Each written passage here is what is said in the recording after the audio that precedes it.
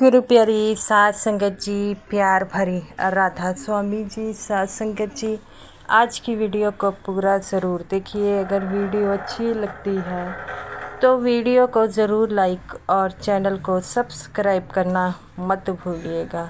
साध संगत जी, आज की जो साखी है वह सच्ची घटना पर आधारित है। तो साध संगत जी, संगत से यही दरख्वास्त है कि इस साखी को पूरा सुनने की कृपालता ज़रूर कीजिएगा। साध संगत जी, जैसा कि आपको पता है कि बाबा जी किसी भी धर्म को नहीं मानते, हर धर्म के लोगों का सत्कार करते हैं और हर धर्म के लोगों से बहुत प्रेम करते हैं।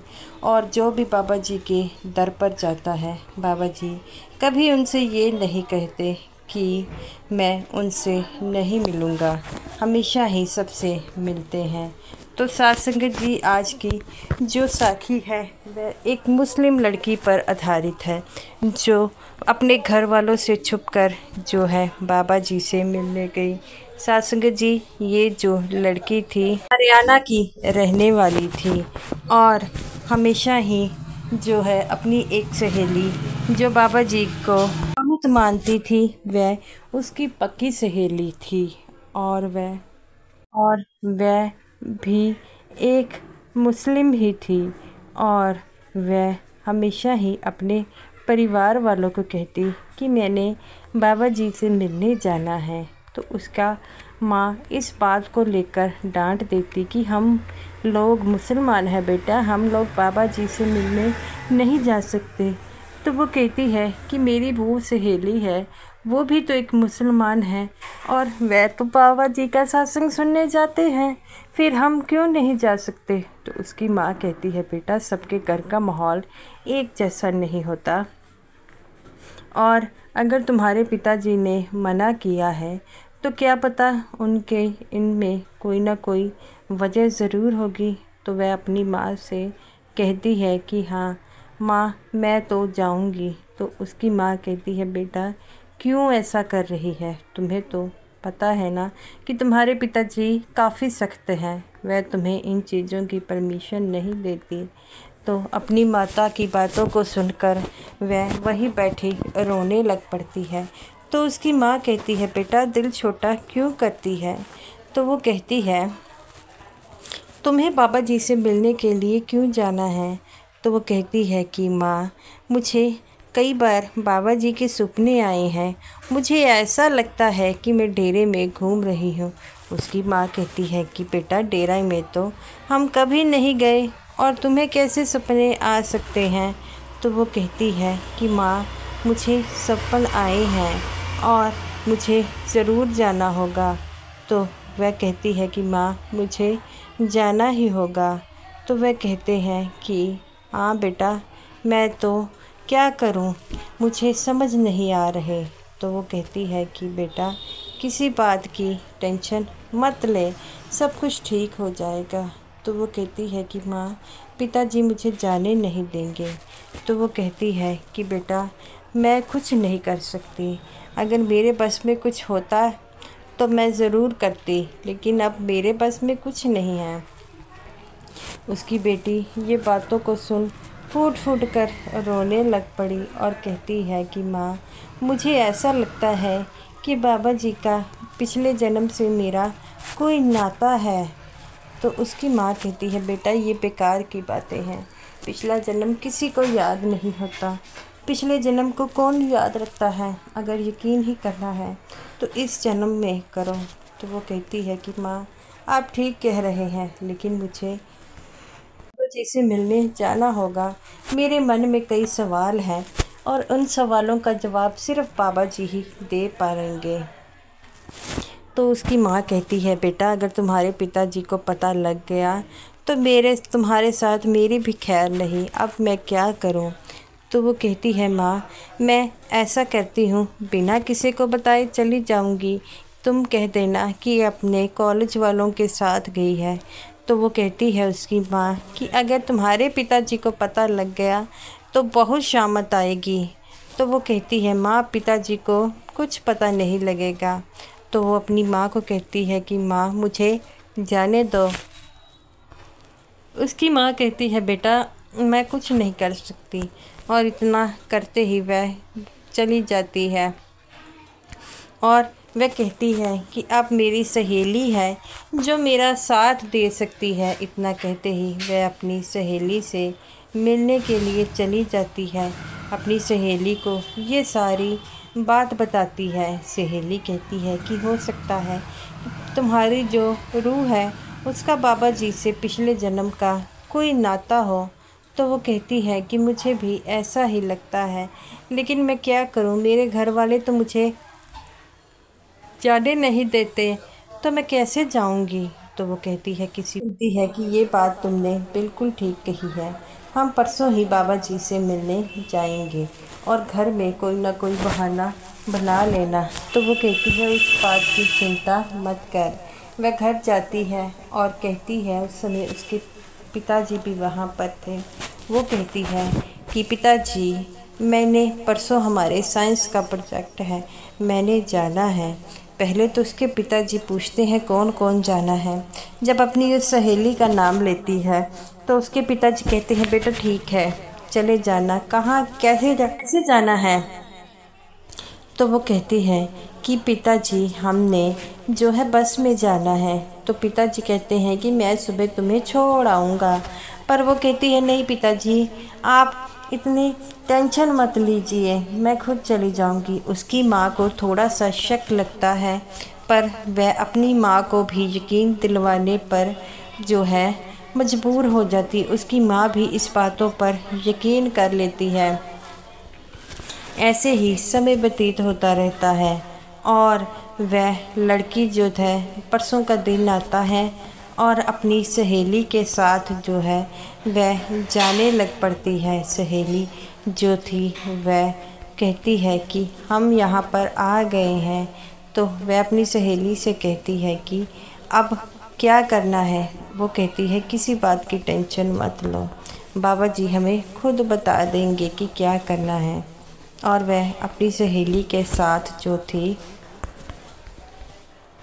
वह आगे बढ़ने लग पड़ती है। वहाँ पर कुछ सेवादार थे। सेवादार देखते हैं कि दो लड़कियाँ घबराई हुई हैं और कुछ बोल नहीं रहे। सेवादार कहते हैं बेटी क्या बात है, कोई काम है। तो पहले तो वह चुप रहती है, फिर कहती है कि हमें बाबा जी से मिलना है। सेवादार कहते हैं बेटा तुम्हें तो पता है बाबा जी से मिलना इतना आसान नहीं है, बाबा जी बिज़ी रहते हैं। लेकिन वह कहती है कि मेरी सहेली बड़ी परेशान है, ये बाबा जी से मिलना चाहती है, क्या आप बाबा जी से मिला देंगे। और जब यह बात की वो सहेली जो थी वह सेवादार के पास आकर फूट फूट कर रोने लग पड़ी। सेवादार कहते हैं कि बेटा रोने की कोई बात नहीं, सब कुछ ठीक हो जाएगा। तो वह कहती है अच्छा तो मैं बाबा जी से मिलना चाहती हूँ। तो सेवादार कहते हैं कि बेटा मैं किसी आगे सेवादार से पूछ कर आता हूँ, तो अगर वो बताएगा कि बाबा जी कहाँ पर है और कैसे हैं। और वह पूछने चला जाता है और उस सेवादार को लेकर आता है। वो कहता है कि ये हमारा काम नहीं है, हम तो यहाँ बस सेवा करते हैं। सेक्रेटरी साहिब है जो तुम्हें बाबा जी से मिला सकते हैं। तभी सेक्रेटरी साहिब के पास जाया जाता है, वो अपना सारा हाल बताती है। सेक्रेटरी साहब कहते हैं बेटा मैं भी इसमें कुछ नहीं कर सकता, ये तो बाबा जी की मौज है। मैं बाबा जी से पूछता हूँ, अगर वो तुमसे मिलना चाहते होंगे तो वह तुम्हें ज़रूर मिलेंगे। तो वह खुश हो जाती है और ऐसे ही वह बाबा जी के पास जाते हैं। बाबा जी को बताया जाता है एक लड़की बड़ी परेशान है और कह रही है कि आपसे मिलना है। तब बाबा जी कहते हैं उस बच्ची को मेरे पास लेकर आओ। जब उस लड़की को बाबा जी के पास लाया जाता है, बाबा जी को देखकर फूट फूट कर रोने लग पड़ी। बाबा जी कहते हैं हाँ बेटा क्या परेशानी है। वो कहती है बाबा जी मैं एक मुसलमान हूँ, मेरे घर वाले इन चीज़ों को नहीं मानते, लेकिन मैंने सपने में बार बार ये डेरा और आपको देखा है, मुझे समझ नहीं लग रही मैं कौन हूँ। तो बाबा जी कहते हैं बेटा ध्यान से देखो, मुझे ही देखा था। तब वो वहाँ पर बड़े महाराज जी की फ़ोटो लगी थी। वो कहती है नहीं, वो उनको देखा था, लेकिन बीच बीच में आपकी भी छवि आ रही थी। तब बाबा जी कहते हैं, बेटा तुम पिछले जन्म में एक सत्संगी भाई थे और हजूर जी की बड़ी सेवा करते थे, लेकिन अपने जो है रिश्तेदारों और दोस्तों से के बातों में आकर तुमने डेरा आना शुरू कर दिया। डेरे जो आते थे वो आना बंद कर दिया और हजूर जी तुम्हें बहुत याद करते थे, लेकिन तुम्हें उन्होंने कई सन्या भेजे लेकिन तुम आए ही नहीं। और ऐसे ही तुम्हारे अंत समय में फिर तुम्हें दोबारा ये जन्म लेना पड़ा। तो वो कहती है कि दोबारा जन्म लेने का क्या मकसद है? तो वो कहते हैं कि हजूर जी तुम्हें याद करते थे और इसी कारण जो है तुम्हें यहाँ दोबारा जन्म लेना पड़ा, क्योंकि जो तुम्हारी अधूरी सिमरन रह गया था उसे पूरा करना था। और तुम्हारी भी अंत समय में जब तुमने हजूर जी को छोड़ दिया, यही इच्छा थी कि वो मुझे लेने आए, लेकिन जो सतगुर से विछोड़ा डाल देता है, सतगुर कैसे उन्हें लेने आ सकते हैं? और जब तक नाम की कमाई ना की होगी तब तक वह कभी नहीं लेने आते। तो ये बातें सुनकर वह लड़की फूट फूट कर रोने लग पड़ती है और कहती है कि बाबा जी इस जन्म में भी लगता है ये सब कुछ जो है आसान नहीं है। बाबा जी कहते हैं, बेटा अगर तुम्हारे कर्मों में हुआ तो तुम्हें फिर नाम मिलेगा और फिर नाम की कमाई करोगे और सब कुछ ठीक हो जाएगा। तो वो कहती है, बाबा जी लेकिन मुझे पिछले जन्म का ऐसे याद क्यों है?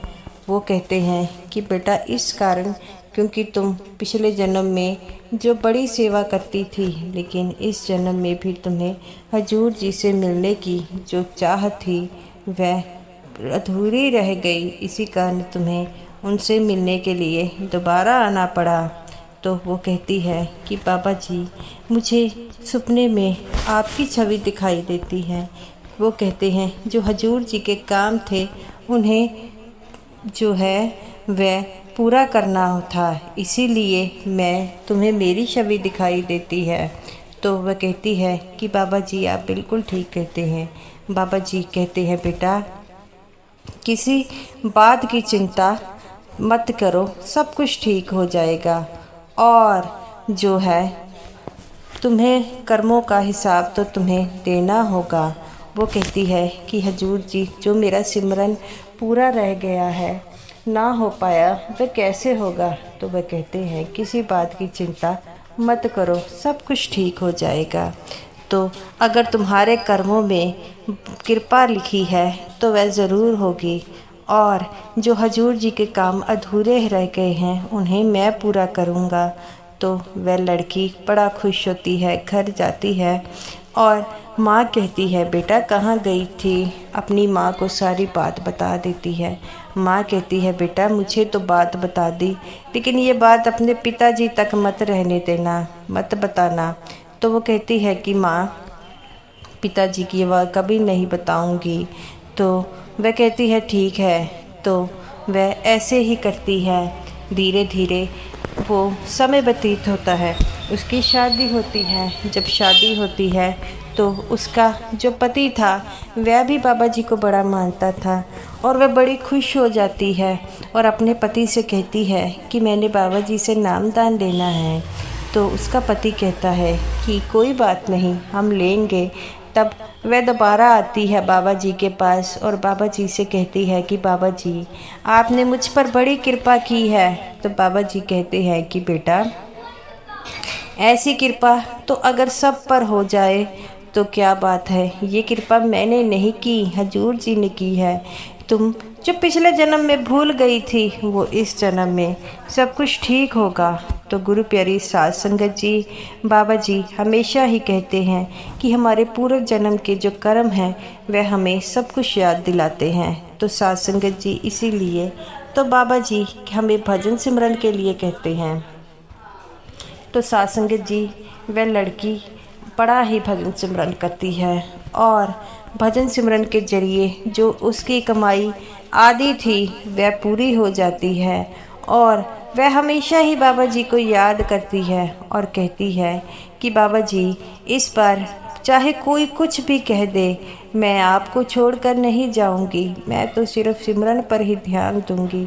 तो वह कहती है कि ठीक है बेटा, और वह बड़ा ही सिमरन करती है। और उसका पति भी ये देखकर बड़ा खुश होता है कि मुझे ऐसा जीवन साथी मिला जो बाबा जी को मेरी तरह मानता है। वे दोनों पति पत्नी मिलकर जो है बाबा जी का सिमरन करते थे। ऐसे ही समय व्यतीत होता गया और दोनों ने बड़ी कमाई की। तो साथ संगत जी, ये रही मेरी आज की वीडियो। साथ संगत जी, जैसा कि आपको पता है कि बाबा जी सभी को भजन सिमरन के लिए कहते हैं, क्योंकि भजन सिमरन का कोई मकसद होता है। जो अपने सतगुर से विमुख हो जाता है वह बड़ी ही गलत बात होती है, क्योंकि सतगुर से विमुख नहीं होना चाहिए। क्योंकि सतगुर हम जो पूर्ण सतगुर है वह हमें बड़ी मुश्किल से मिलते हैं। अगर हम पूर्ण सतगुर का सत्कार नहीं कर पाते तो इससे बड़ी बात क्या हो सकती है। तो गुरु प्यारी साध संगत जी, बाबा जी को मानकर हमेशा ही बाबा जी का सत्कार करें, और जो बाबा जी हमें शिक्षाएं देते हैं उन शिक्षाओं पर भी ज़रूर अमल कीजिएगा। साध संगत जी, कैसी लगी आपको ये वीडियो कमेंट के ज़रिए ज़रूर बताइएगा। और सभी साध संगत जी को मेरी तरफ से प्यार भरी राधा स्वामी जी।